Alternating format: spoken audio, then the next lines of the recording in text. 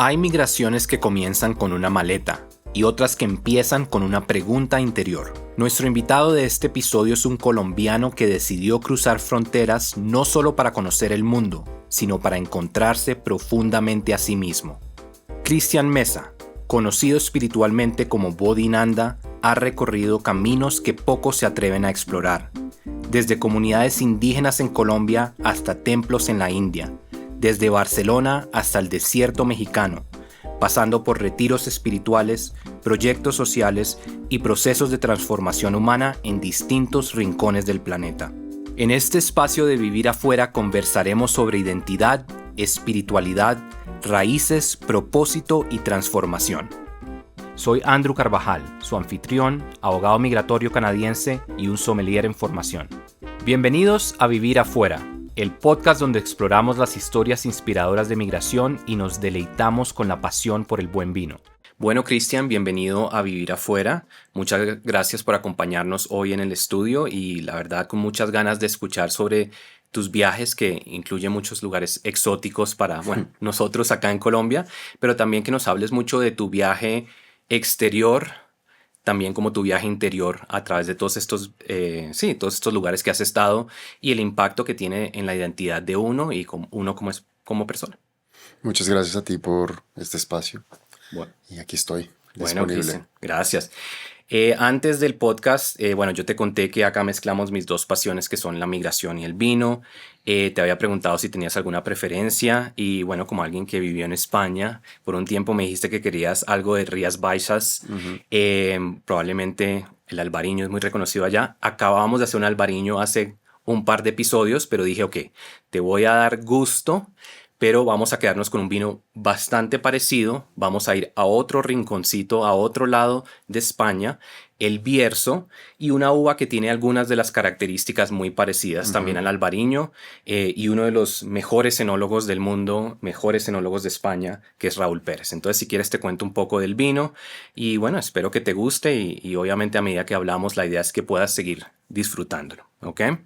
Fuimos un poquito más hacia el interior, al Bierzo, un lugar muy reconocido posiblemente por la uva Mencía, pero también por la Godello, que es la que vamos a tomar hoy. La del Vivo, Godello de Raúl Pérez, la Vizcaína, es como parte de la etiqueta de este vino.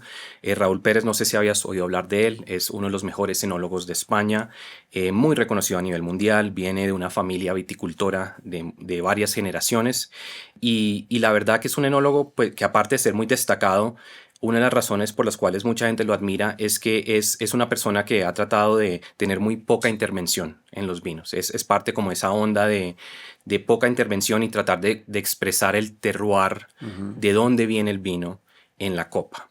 Entonces, bien sea a veces, por ejemplo, usando levaduras autóctonas a la uva, no metiendo los vinos por mucho tiempo en barricas que pueden cambiar un poco lo que es como, los sabores y aromas primarios del vino, y tratar de destacar mucho lo que es el terroir, lo que es ese terruño de donde viene la copa. Entonces en el 2011 él lanzó La Vizcaína, que es un proyecto para explorar las laderas alrededor de su pueblo natal con otra mirada. ¿Okay? El Godello es una de las uvas blancas más reconocidas del noroeste de España. Obviamente la otra está el albariño, que era probablemente la que me habías pedido. Pero tienen como, vamos a notar esas similitudes en términos de que vienen, son uvas, son cepas que tienen mucha mineralidad. Vamos a encontrar que son muy aromáticas en la nariz, muy frescas en el paladar. Y obviamente ambas vienen de lugares que son muy húmedos, muy frescos en España. Como lo puede ser Galicia, como lo puede ser el Bierzo, ¿ok? Entonces, si quieres comencemos un poco con lo que vemos. Puedes tomar la copa, podemos mirar un poco el color. Se me olvidó mencionarte una cosa, esto...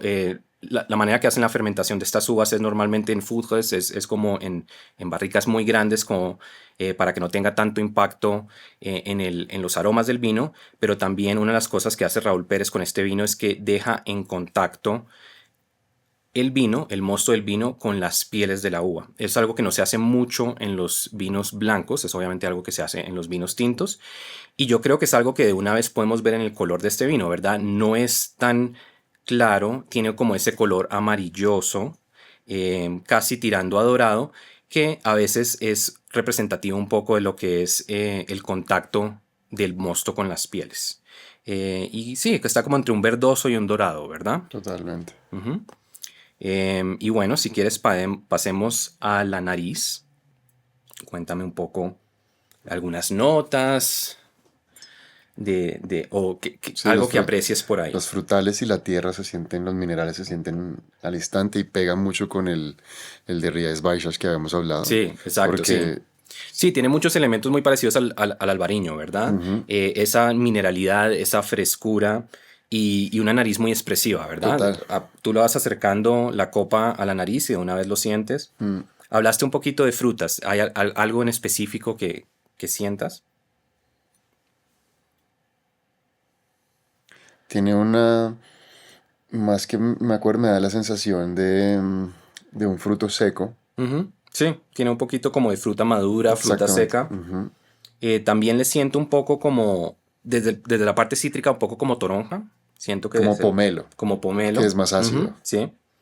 Pero también tiende un poquito a lo tropical, como de pronto un poco de melocotón, Es de cierto, pera, es y, correcto. y de pronto en la parte floral un poco como de manzanilla y algo como de miel de pronto. Es interesante porque es una nariz bien compleja, ¿verdad? Tiene la parte como cítrica, como fresca, pero también tiene la parte un poquito como dulcecita, ¿verdad? Como Sí, la ahí. parte más dulce, no sé, el aroma de la flor, esa flor blanca que ahorita no Ujú, recuerdo el sí, nombre. sí, flor blanca. Ujú. Y yo le siento también un Y hay poquito un como de poco manzanilla. de dulce. Del Sí, dulce es como, no sé, podría decir como paneloso, pero no. sí, para mí yo lo reconozco, bueno, yo lo siento un poco como miel, como un poquito tirando a eso, y me parece muy interesante porque es una expresión como de lo cítrico, de lo mineral, pero también de un poquito dulce. Se Y siente que bueno, es balanceado. eso, bueno, vamos a mirar. Muchas gracias.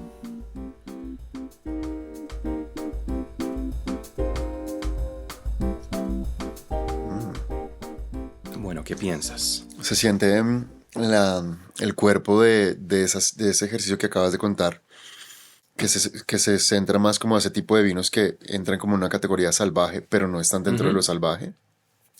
Tiene ese cuerpo de entrada, sí, que es como como los vinos naturales, ¿verdad? Los exactamente, vinos, ajá, sí, orgánicos. Ujú, y al final ya se siente el mineral, o ujú. sea, realmente tiene un cuerpo muy rico, o sea, muy balanceado para mi gusto. Mm, me ha sorprendido. Sí, no, por eso Una nueva lista, una no, nueva... quería traerte algo especial que quisiera un poco de coincidencia con lo que estás buscando, pero obviamente distinto. No, Raúl, a mí lo que me encanta de los vinos de él es, da mucho que hablar, ¿verdad? Porque es seco, no es un vino dulce, a pesar de que Gracias. tiene esas notas Ujú. un poquito como frutales, de miel. Es un vino complejo en el paladar, se siente como un poco sedoso también, ¿verdad? Yo siento que el contacto con las pieles le da como esa sedosidad. Como tú decías, es un vino, no es un vino ligero, No, es un vino, yo diría, de cuerpo medio más, se siente como la leche entera, más que como si fuera un vino, pero tiene muy buena acidez, que compensa eso. Entonces, nada como que acapara, ¿verdad? Es un vino de total. muy buena acidez, que era de esperar de esta uva y de la región, pero con buen cuerpo, con mineralidad, con un poquito de fruta. Y me gusta lo que tú mencionas, sí, tiene esos elementos de los vinos naturales, de los vinos de baja intervención Que no son en para el todo el paladar. mundo. Sí, Entonces, es un sí es paladar. cierto. Pero lo que más me gusta es encontrarlo, porque una de las cosas para mí difíciles es un vino blanco que no sea dulce. Sí, ok. Y que te Ujú. dé esta experiencia de, Sí. uy, qué agradable y qué refrescante, y al Ujú, mismo tiempo tiene cuerpo, ¿no? ujú. Y no te empalaga. O Sí, sea, correcto. me ha Sí, sorprendido. y esa es la clave del equilibrio, ¿verdad? Entre la acidez, entre la fruta, porque se le siente la fruta madura, se le siente, ¿te acuerdas que tú hablabas de fruta seca y todo eso? Se le siente esa madurez de la fruta, pero se equilibra muy bien con la acidez, se le siente esa textura sedosa, cremosa, tiene un final largo, uno lo toma y Sí, sigue en el paladar unos 6 segundos, 7 segundos después. correcto. Es un vino que creo que da mucho de qué hablar, elegante y pues otro acierto de Raúl Pérez acá, Un la aciertazo. vizcaína un godello. Y bueno, tú estuviste en España por muchos años, estuviste en Barcelona, ahorita hablaremos de eso. ¿Con qué te sentabas a tomarte un vino blanco o con qué tomabas, por ejemplo, un albariño o esos vinos con tanta frescura? Bueno, General- ¿con qué comías con estos vinos? Generalmente siempre ha sido pues una buena tabla de Ujú. quesos bien maduros. Siempre en el mío siempre va a haber más cabra que bovino, que vaca. Ujú. Sí. Y, y una parte de paleta, o sea, pedir un poquito de jamón serrano Ujú. madurado y olivas. Sí, de acuerdo. Y pues si había hambre, patatas bravas con buen alioli. Ujú. Ese sería como el punto. Sí, sí, es un vino, sí, de acuerdo. Me gusta lo que mencionas de los quesos, quesos de oveja, quesos de Ujú, cabra, cremosos, semicurados, van muy bien con esto. Es ujú, un vino que tiene bastante cuerpo, entonces que puede ir de pronto con un poco de carnes ligeras, ujú, pero tiene la acidez para los mariscos, para los pescados, literal. incluso es bastante versátil ahí porque tiene bastante acidez que puede ir con un sushi, puede ir con un pescado ligero, pero tiene esa cremosidad, ese cuerpo que puede ir muy bien con un pescado en salsa, por ejemplo. También me parece que podría ir muy bien. Mariscos, mejillones, camarones al Sí, con ajillo, una paella, o sea, una esta paella la paella sería acompaña genial. increíble. Güey. Ujú. Oh. Bueno, entonces espero que hayas disfrutado. Me fui un poquito distinto a lo que buscabas, pero espero que No, te está guste. increíble, me ha gustado para llevarla para la casa. O sea, Ah, ok, está, bueno, me sí, alegra. muchas gracias. Y lo consigues acá en Colombia, están trayendo los vinos de Raúl Pérez, la verdad, todos los de él podría recomendarlos, tienen también un Gracias. muy buen albariño que él hace. Hay varias similitudes entre ser un excelente profesional migratorio y la preparación del vino. La cosecha de un buen vino toma años de planeación.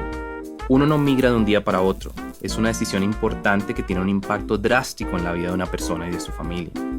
La clave está en los detalles, la experiencia y la calidad del proceso. De esto se trata este podcast, de brindar información valiosa sobre la migración, presentar consejos y puntos de vista variados y honestos de gente con distintas experiencias. Y al mismo tiempo, divertirnos un poco, tomarnos una copa de vino juntos, aprender cosas nuevas sobre la migración, el mundo del vino y el reto que es migrar por fuera del país. Bienvenidos a nuestro podcast Vivir afuera. Bueno, entonces ahora sí hablemos de la parte migratoria, de la parte de viaje externo, interno. Tienes muchas cosas muy interesantes que contarnos. Sé que estuviste también en muchos lugares. No alcanzamos a hablar de todos los lugares donde has estado, Está bien. pero vamos a ver qué alcanzamos a cubrir.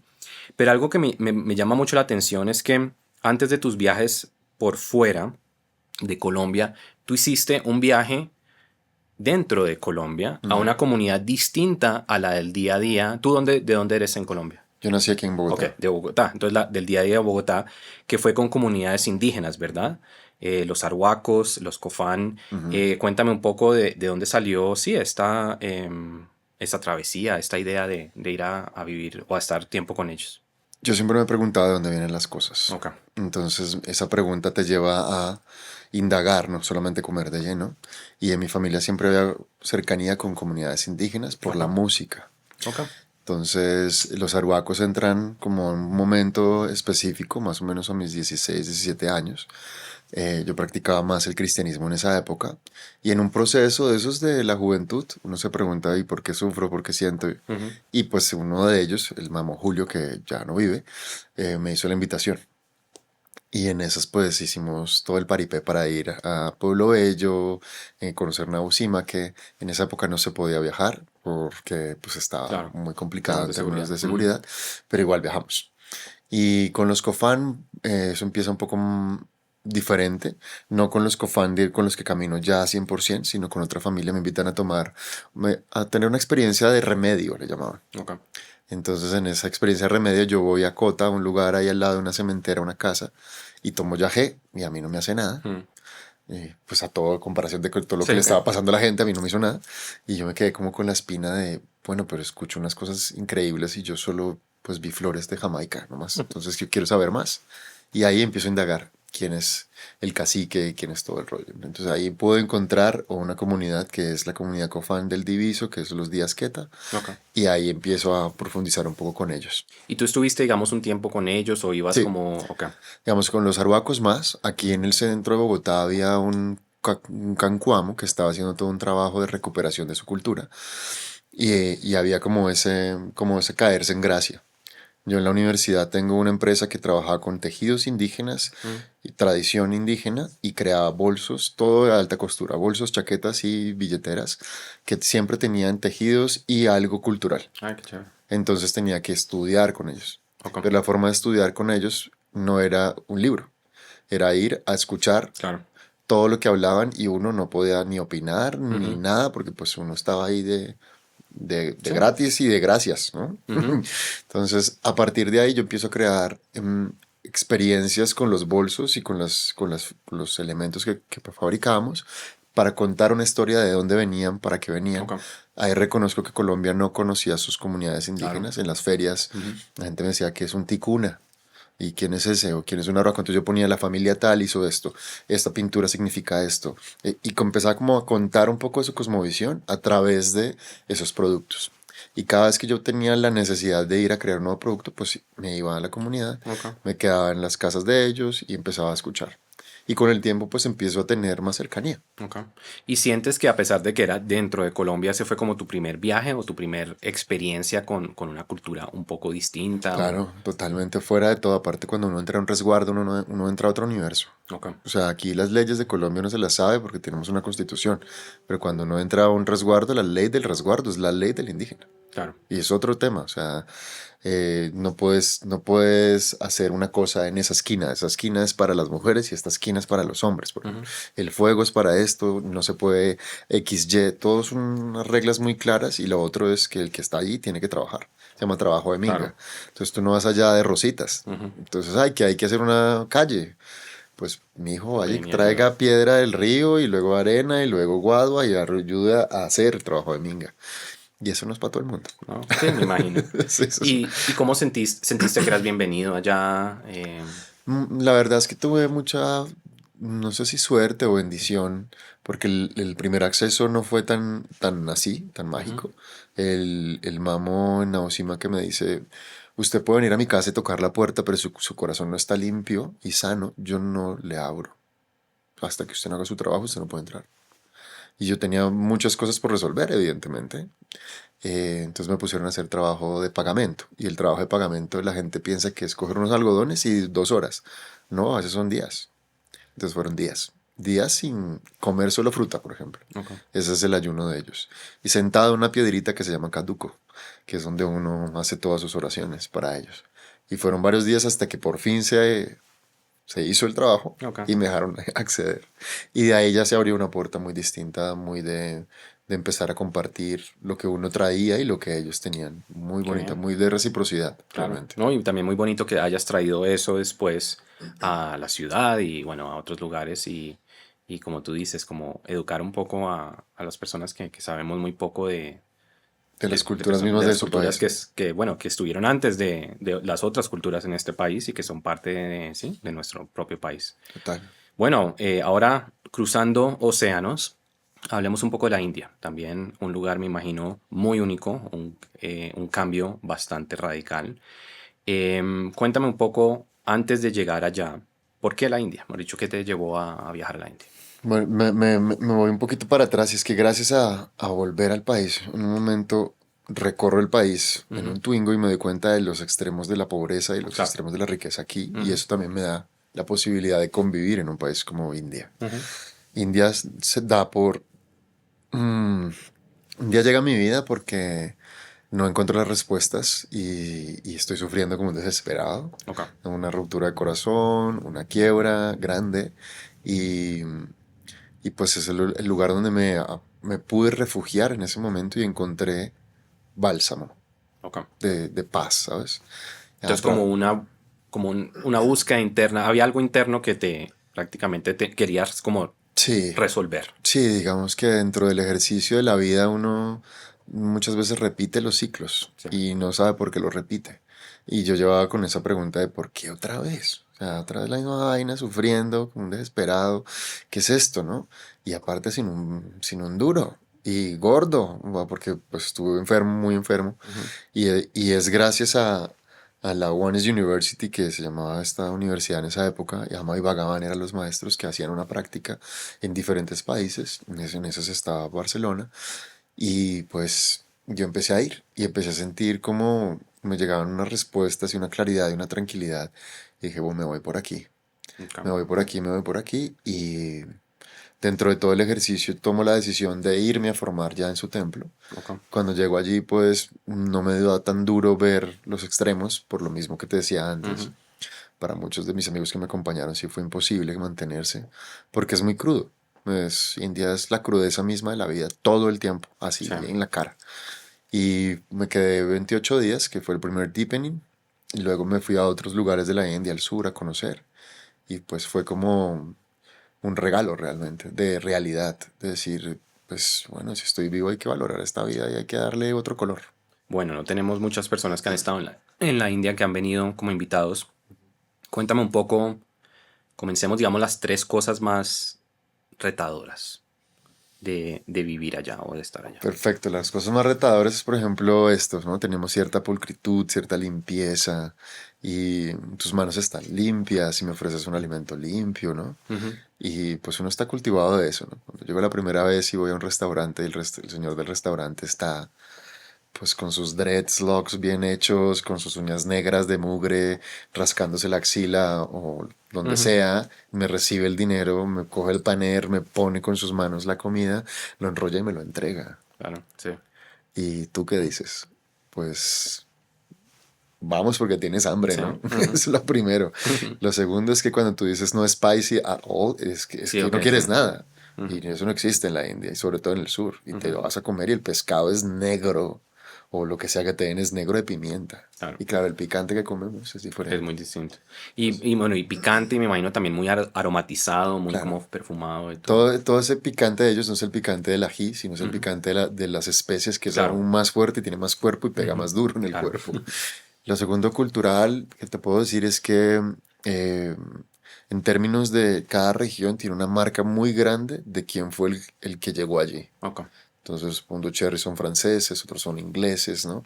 Entonces ahí hay una marca muy grande y cuando tú pasas a frontera es como, uy, por Ok. ejemplo, llegas al sur y en el norte la mujer puede ir con algo de expuesto, pero en el sur no puede haber ni una oreja expuesta. Ok. O sea, a ese rigor, ¿no? Y entenderlo y convivir con eso es importante para la flexibilidad de uno. Claro. Entonces, si uno tiene una mente muy rígida, va a sufrir mucho. Y luego, pues la diversidad de credo y el respeto del Claro. credo. El respeto del credo es una cosa increíble.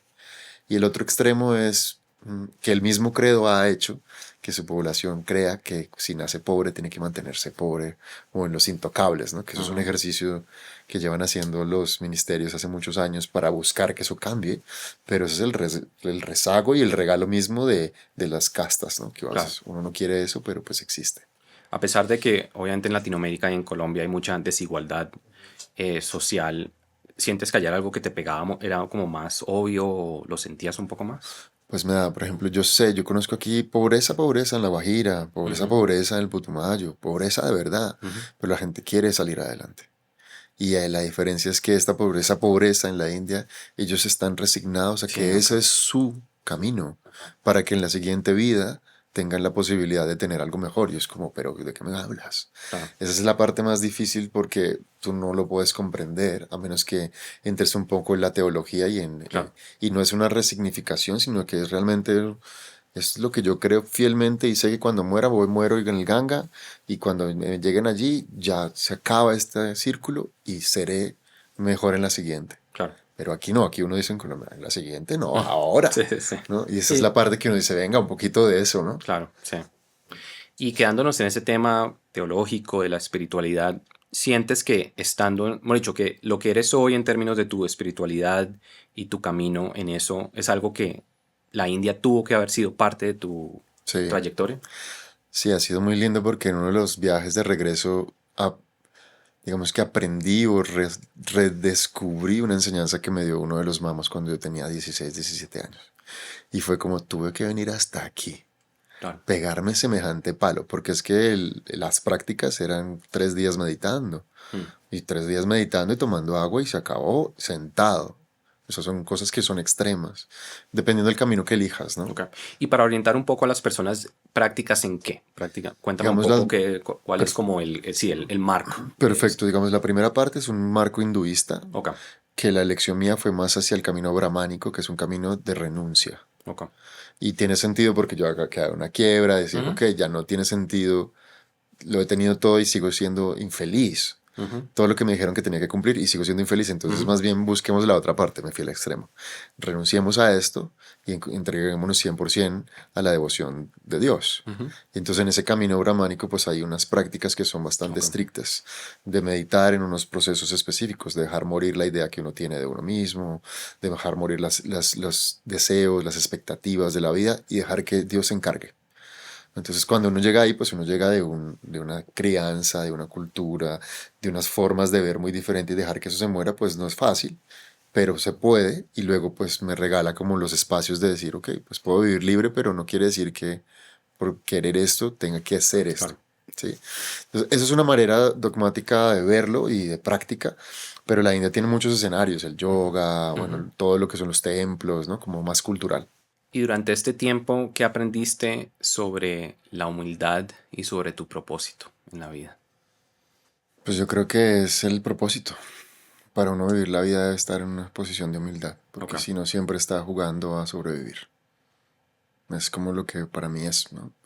Entonces, la humildad es una virtud y es aceptar las cosas como vienen y no querer pretender cambiarlas, sino más bien aceptar qué es lo que me molesta, me incomoda de cada situación para mejorarme a mí y no intentar hacer algo con el otro. El Ujú. otro es libre de hacer como sea que quiera Ok. hacer. Y sientes, bueno, dos preguntas. Uno, ¿en algún momento de tu vida en la India sentiste que ya eras un cristian distinto al que había llegado? Esa es una pregunta. Y dos, ¿sientes que de pronto de todos los lugares que has estado, este fue el más transformador? Siempre que uno viaja se transforma Claro. y, y no es por elección, Ujú, sino porque el escenario te muestra dónde estás en la vida. Y eso te va a transformar sí o sí, por pasiva o por activa. ujú, Entonces la India sí me nutrió mucho en mi transformación, sobre todo en darme cuenta de la posibilidad de vivir desde otro lugar, ¿no? Y que no me moviera solamente el dinero o el estatus o el éxito, sino que me moviera algo que realmente es esencialmente mío. Y eso fue lo que sí cambió todo. Y pues nada te deja quieto, realmente. Nada te deja quieto cuando tú estás disponible a que la vida te mueva. Entonces, tanto los movimientos de la India como los viajes. ¿Cuál ha sido el lugar que más transformación me pudo haber dado? Yo siento que no es el lugar, sino es uno y sus coincidencias, ujú. situaciones las que asume, ¿no? Claro. Mm, y De pronto también el momento de la vida en el que uno está cuando está en sí, la ese lugar, edad, ¿verdad? La edad. sí, o Ujú. sea, todo eso influencia. Yo creo que yo ahorita, no creo, no, yo estoy seguro que yo ahora no lo haría lo que hice para esas épocas ni Claro. loco. O sea, yo Ujú. ahora no me sentaría 8 horas, 3 días seguidos a meditar, ¿no? Qué dolor de espalda. Sí. No, ya no, pero esa época lo podía hacer. Ujú. Bueno, y ahora sé que vamos a ir atrás en términos del orden cronológico. Simplemente quería que llegáramos a la India porque fue un lugar, bueno, muy interesante y de mucho impacto. Pero antes de llegar allá, y tú hablabas de tu quiebra y todo esto, sé que estuviste por Europa, Ujú, ¿verdad? Mucho tiempo en Barcelona, en España, ujú, pero creo que también estuviste en Malta y en Moscú, en Rusia estuviste un tiempo. ujú. Cuéntame, sí, cuéntame un poco de, bueno, sí, cuéntame un poco de tu experiencia en Europa. Hablemos un poco de Rusia, hablemos un poco de España, muy países muy distintos. Muy distintos. Pero cuéntame un poco qué te motivó a ir allá. Sé que allá fuiste empresario también. Hablemos un poco de ese periodo. Ah, yo me quedo en España Ujú. para hacer una maestría y sobre todo porque vivo algo que no viviría aquí. Y es el nadie te conoce. Ok. Y esa sensación de hacerse uno solo fue la que Ujú. me invitó a quedarme, Ok. realmente.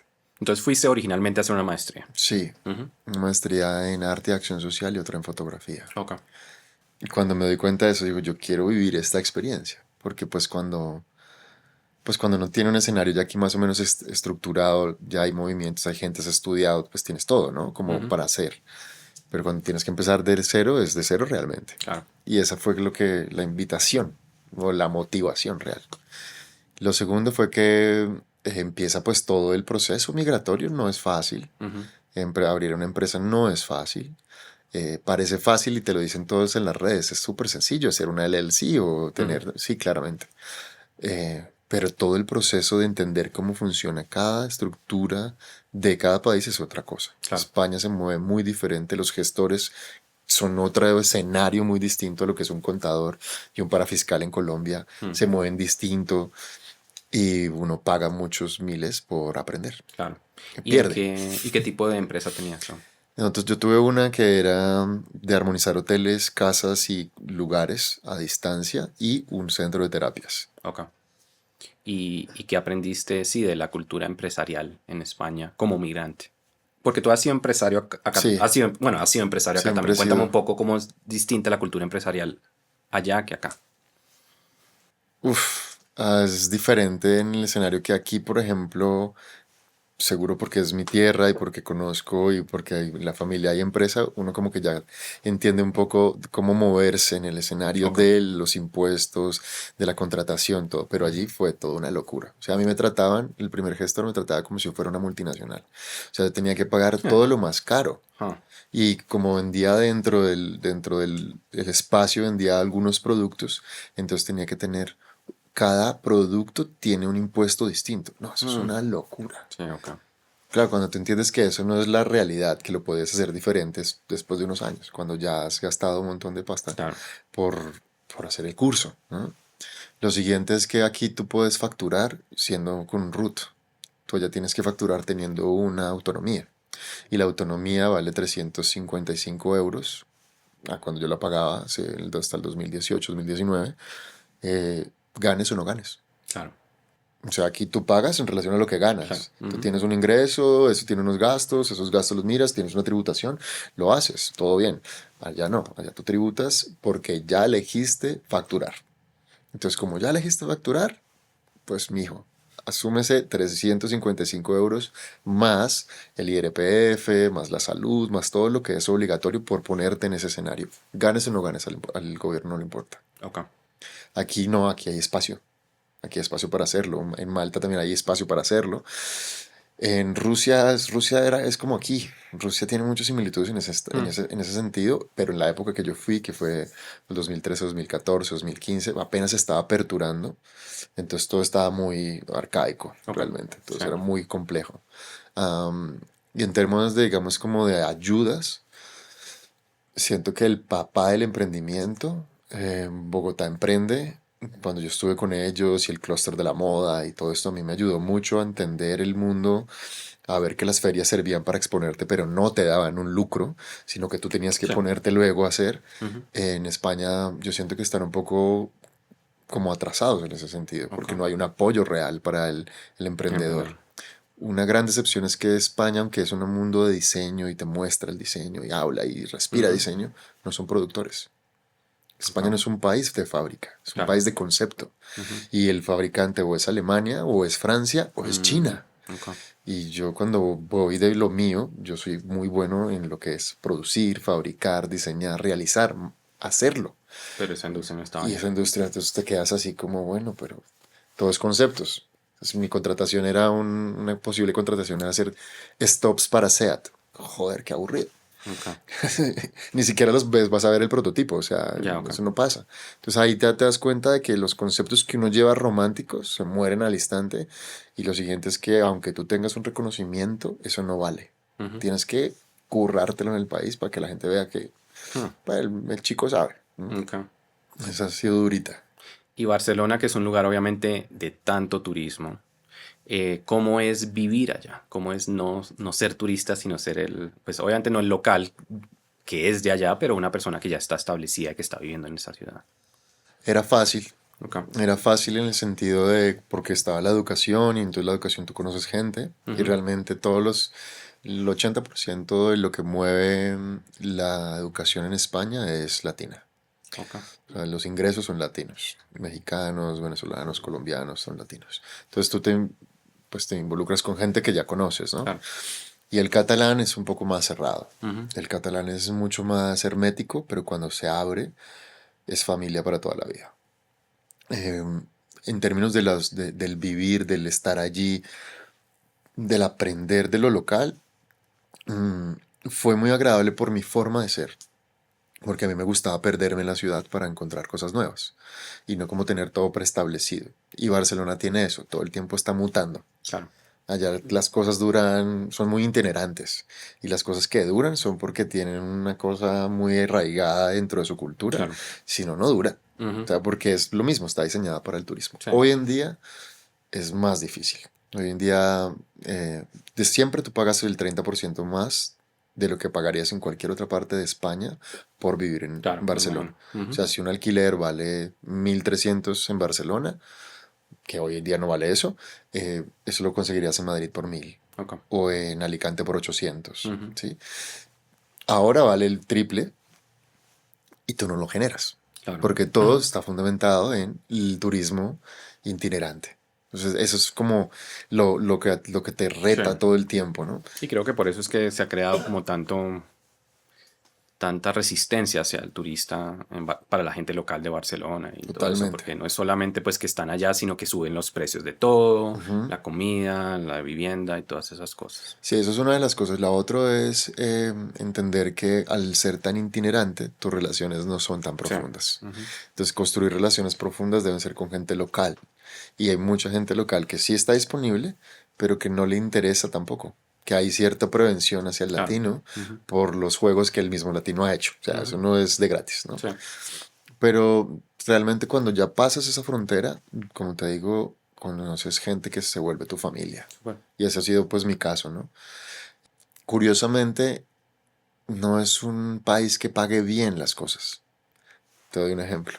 Una billetera mía en la época de eso costaba $40. Estamos hablando de hace 15 años. Ujú, Venderla en 40 euros era casi imposible, ujú, aún en los puertos de más lujo, ok. en Ibiza, en Sitges, o sea, donde hay diseño, donde hay dinero, no se vendía. Preferían el de la manta, que es el africano que viene por su país difícil y compra cosas de, ¿cómo se llama? Imitación. Ok. Y que esa imitación de Gucci o Praga, que ya no es Prada, sino Praga, vale 40 euros. Y prefieren comprar eso, porque Ah, no ok. tienen ese valor. Pero te vas a Alemania o te vas a Inglaterra Y ahí sí. y te dicen, ¿es hecho a mano? Ok. Ven, te lo pago. Pero te vas a Estados Unidos y te dicen, joder, es que esto vale 4 veces más, te lo pago feliz. Mm, Entonces esos también son como conceptos que uno dice, pero no entiendo nada. claro. Y bueno, antes de volver a Colombia, porque quiero que terminemos allá, hablaste de Rusia, hablaste de Moscú. Yo tuve la oportunidad de solamente estar un par de meses allá. Ujú. Fue muy distinto. Bueno, yo en ese momento estaba en la universidad, pero fue yo creo que de los primeros lugares donde sentí culturalmente muy distinto. Me sentía muy de que era muy difícil comunicarme. Yo pensé que iban a hablar mucho más inglés de lo que yo esperaba. ¿Cómo encontraste vivir en Moscú? Fue el mayor reto de mi vida, yo creo. Primero porque no había nada en inglés. Sí. Cuando fui no había No, y nada. y además que pues leer en cirílico es muy complicado. Yo me acuerdo que nomás tomar el metro era muy difícil porque uno no puede, por ejemplo, pronunciar las cosas en su cabeza y poder decir, bueno, voy a bla, bla, bla, sino que es como, sí, lo hace bastante complejo. Sí, tomé clases en la Universidad de Moscú, o sea, y busqué la manera, no fue fácil en Ujú, absoluto. Y abismalmente entre culturas tenemos esa brecha, o sea, es un abismo grande sobre la vida del otro, sobre todo. ujú. Eso fue como lo más difícil para mí. Tengo un recuerdo de alguien que se alcoholizó, se cayó, se lastimó. Nadie le ayudaba, pasaban por encima. Entonces yo llamé a la policía. Entonces la chica que vio que llamé a la policía y pues lo dije como pude. La del restaurante vino, me ayudó a como a poderme comunicar. Vino la policía, llegó la ambulancia, pero luego me dijeron, esto no es un asunto de la policía, es de la Mm. ambulancia, si vuelves a hacerlo te va a multar. Ay, O sea, así, ¿no? El vecino le golpeaba a la esposa, entonces llamé a la policía. Como, tío, o sea, la vas a matar, ¿no?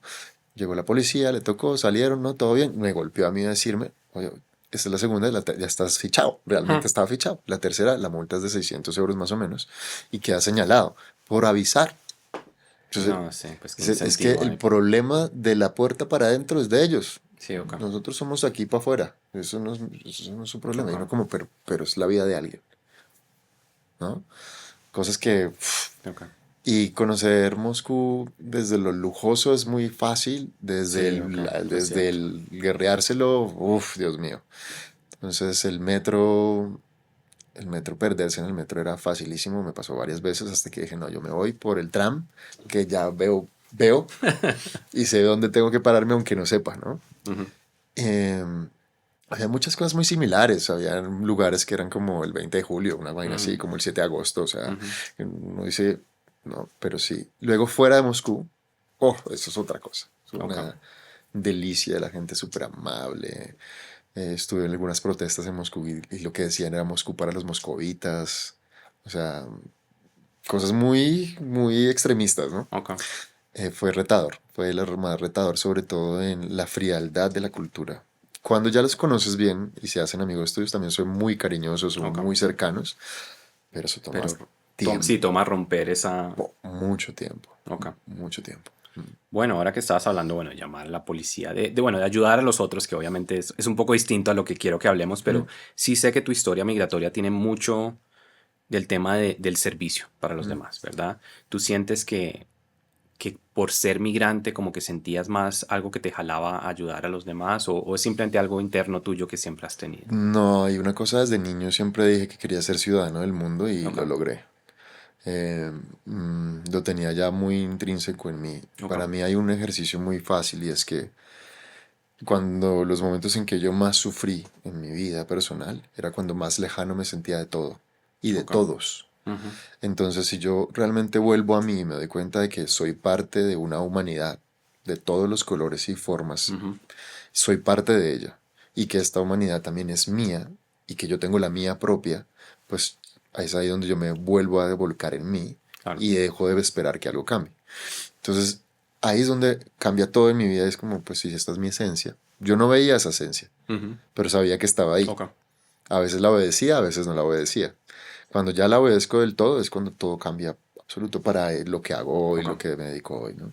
¿Y crees que el migrar nos vuelve más empáticos y como el tener experiencia con otras culturas? El migrar nos vuelve reales, Ok. nos acerca a la vida como es, nos muestra que las cosas son posibles, nos deja nos deja a un lado la envidia, Ujú, la comparación, es como si él puede, ¿por qué no yo? Porque vamos a buscar cómo lo ha hecho él, preguntemos, veamos si es posible aquí, por qué no se puede traer esto para acá, y te empieza a mostrar que el mismo migrar es la misma historia de la evolución constante. claro. Entonces la migración no es algo, digamos, negativo o positivo. Es parte de la humanidad y va a ser parte de la propia humanidad, quieran o no.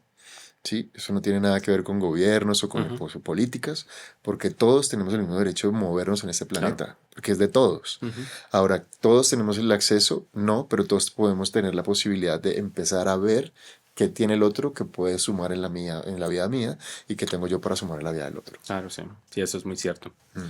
Y bueno, después de tanto tiempo por fuera, Europa, India, ¿tú sabías que ibas a volver a Colombia o había algo que... ¿Cómo No. ocurrió el volver? Uf, estábamos almorzando en el hotel de una de mis clientes y ella me decía, ¿por qué no has vuelto a Colombia? Yo no tengo ninguna intención de volver. Ok. Entonces, ¿para dónde te vas estas vacaciones? Y yo me voy para Indonesia, no sé qué, ta, ta, ta. Ujú, ¿Cuándo tienes libre? Y yo, tal fecha, tal fecha. Ya su teléfono escribiendo, pa, pa, pa. ¿Ya compraste pasaje? No, lo pienso comprar tal fecha. Siguió escribiendo. Terminamos de comer. Siempre nos reuníamos una vez al mes para hablar de cómo iban los hoteles y sus temas personales. Cuando llega su asistente, trae una hoja impresa, me la pone ahí y me dice, tu vuelo sale tal día para Bogotá.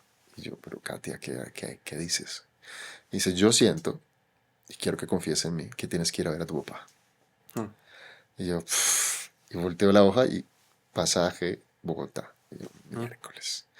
Y sí, yo llevaba 10 años sin hablar con mi papá, porque en el momento en que yo muero y vuelvo a Barcelona, él prefiere cerrar un negocio grande aquí que ir a visitarme. Entonces yo dije, ok, si así son las cosas, pues démoslo ahí. Y eso fue un dolor, fue una gran experiencia para ambos. Hoy en día tenemos una amistad y tenemos una relación divina, qué bien. pero si no hubiese sido eso de Claro. Katia, yo creo que no vengo, por puro orgullo. Ok. Está bien. Y ella, hemos dicho, ya conocía esa historia y... Claro, Ok. yo era su terapeuta, pero también era como el consejero en la familia y le armonizaba todos los lugares. Y entre eso siempre empezábamos a hablar y conversábamos de mi papá y pues como de sus formas conmigo. Y, y pues ella se dio cuenta que en 10 años yo no vine. O sea, fue como, esto no puede ser, tienes que ir, da igual, lo que pase tienes que ir. Ok, Y yo, no, tienes que ir y créeme, confía en mí. Y fue un gran regalo. Fue ok. un gran regalo porque hubo una Claro. reconciliación, hubo un entendimiento ¿No? Y cambió pues también tu trayectoria. Estamos hoy total, acá. total. Yo no me lo imaginaba, o sea, Claro. eso no existía. Volver fue muy difícil también.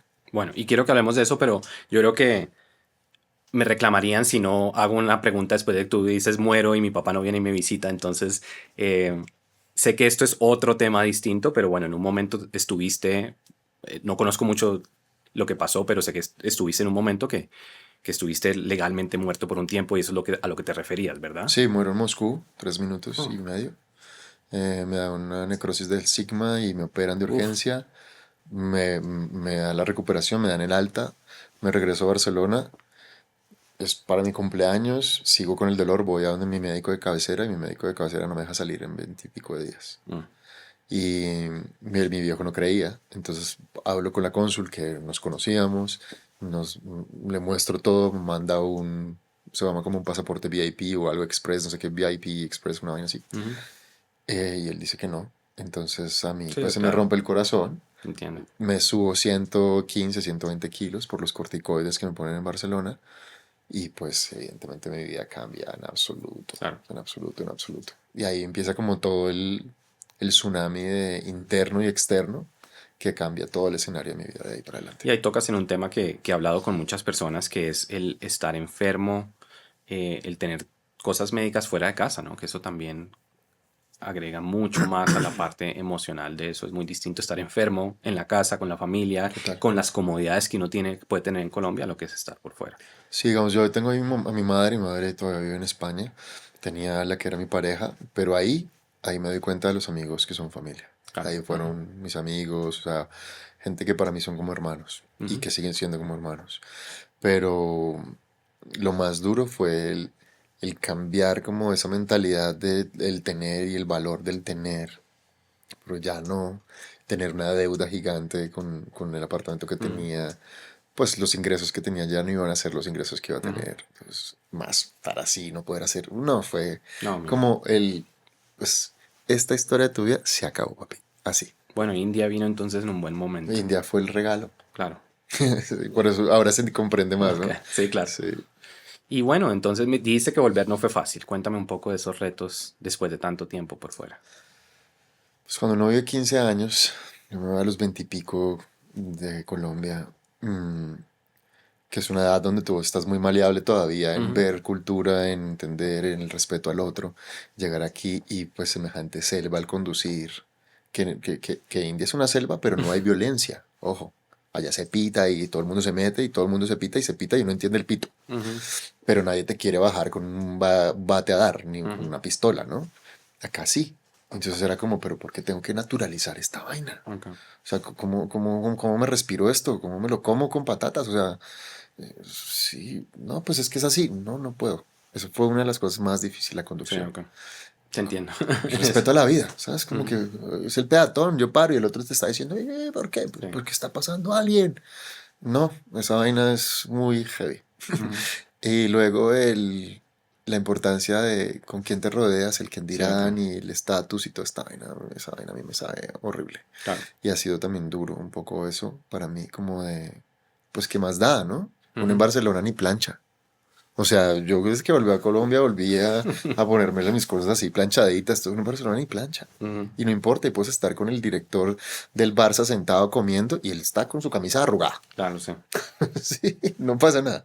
Aquí no. Aquí todo es como tiene que ser así. Entonces claro, es un ejercicio de volverse a acomodar, de volver a entender. Ya llevo 4 o 5 años, 5 o 6 Ok. años, no sé. Pero ha sido eh, esa idiosincrasia. Claro, sí. Sí. Y por otro lado, ¿qué valoras hoy de Colombia y de haber vuelto que sientes que te hacía falta o que te da como mucha alegría de vivir acá? Es una palabra, ¿no? La sabrosura de la vida que Ok. tiene uno acá es muy diferente. La familia. Ujú, Pues tengo un hogar, tengo mi esposa, mi hijo.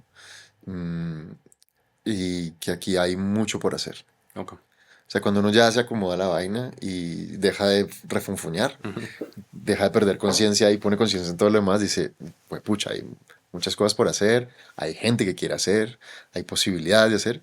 venga, metámosle ganas, ¿no? Metámosle ganas a esto, pongámosle un escenario posible para... Ujú, Y empiezan a suceder cosas muy bonitas que tampoco te alejan de poder seguir viajando y poder claro. tener eso. O sea, yo, por ejemplo, una vez al año sí me doy un mes en España, que es como, ¿sabes? Un respiro. Un respiro Ujú, de también, porque para mí ellos también son mi familia, ¿no? claro. Entonces es como un balance. Pero sí, Colombia hay mucho por hacer. Y bueno, en ese tema y antes de que cerremos, cuéntame un poco los proyectos que estás haciendo hoy. Ahora mismo tengo una academia donde enseño y formo personas que quieren dar terapia o que quieren ser sus propios terapeutas. Yo se lo Ujú, llamo masterizar vidas. Y a las personas que quieren aprender a usar las medicinas naturales y tradicionales ok, para ayudar a otras con sus traumas, sus depresiones y sus ansiedades. Y estamos creando un proyecto musical que ya salieron unas cosas, pues unas canciones.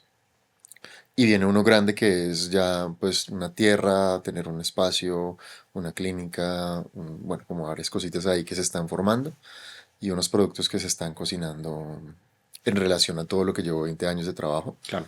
que pues que ya uno se da cuenta que uno los da, pero pues no los comercializa, entonces se está creando como toda esa línea. Y nomás el apoyo a mi esposa con su proyecto de café con los arhuacos Ah, y chévere. sigo con contacto con los indígenas, eso Ok. nunca va a cambiar, nunca cambió, nunca dejó Ujú, de estar, pero sigue eso. Y digamos que lo más es poder estar el más tiempo posible con mi hijo. Digamos que ese es uno objetivos. de los objetivos y para eso tengo que seguir con la mentalidad de hacer más con menos esfuerzo. Ok, está muy bien.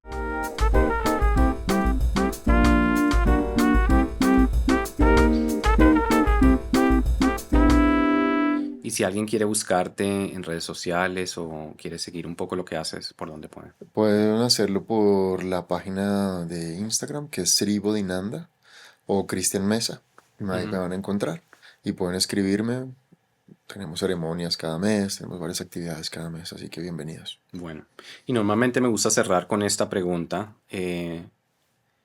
Pensando en el que eras en Barcelona, una persona que ha tenido tantas crisis financieras, de amor, de salud, y que está de pronto pensando que necesita un break, y que de pronto está pensando en migrar como una manera de encontrarse a sí mismo, de tener ese break, ¿qué consejo le tienes a esa persona? Yo siento que confía en sus cualidades y capacidades, que se dé cuenta de que todo lo que ha definido en su vida de quién tiene que ser es solamente una pequeña parte de sí. Que se dé cuenta de cuántas posibilidades tiene y que sea humilde para aceptar cuando venga, para que pueda con eso pequeño, sencillo, a veces que uno no quiere, puede salir adelante para luego escalar algo más. Y que eso no es algo que la vida te esté dando porque estés mal, sino porque hay mucho más en ti para poder salir adelante y conocerte a ti mismo. Muy bonito eso. Y Cristian, la verdad, muchas gracias por acompañarnos hoy. Tu historia migratoria nos enseña mucho que viajar no es solo perder raíces, es expandirlas, es cuestionarse a uno mismo, es aprender empatía. Me gustó mucho lo que hablamos de eso. Y aparte de aprender idiomas, de aprender profesiones, es aprender sobre culturas y sobre todo que es mucho aprendizaje externo e interno, ¿verdad? Ujú. Entonces, bueno, gracias por acompañarnos, contarnos un poco de tus viajes y bueno, que te sigas aclimatando de vuelta acá en Bogotá y mucha suerte con tus proyectos, muchos éxitos. Muchas gracias a ti. Lindo programa. Ok. Mm. Y bueno, llegamos al final de otro episodio de Vivir Afuera. Espero que les hayan gustado. Hoy hablamos de lugares distintos. Hablamos de Rusia, hablamos de India y de una trayectoria un poco distinta de la que han tenido otros invitados. Cuéntenos un poco qué les pareció el podcast. Cuéntenos que si han probado este vino, excelente este Godello, qué les pareció o les recomiendo que lo prueben. La verdad, un gran vino nos tomamos hoy. Síganos en Vino Inmigración, en Instagram, LawyerSom en TikTok y ahí mantendremos la comunicación y la conversación que tenemos hoy. De nuevo, Cristian, muchas gracias y bueno, a la próxima. Gracias a vosotros. Muchas bendiciones.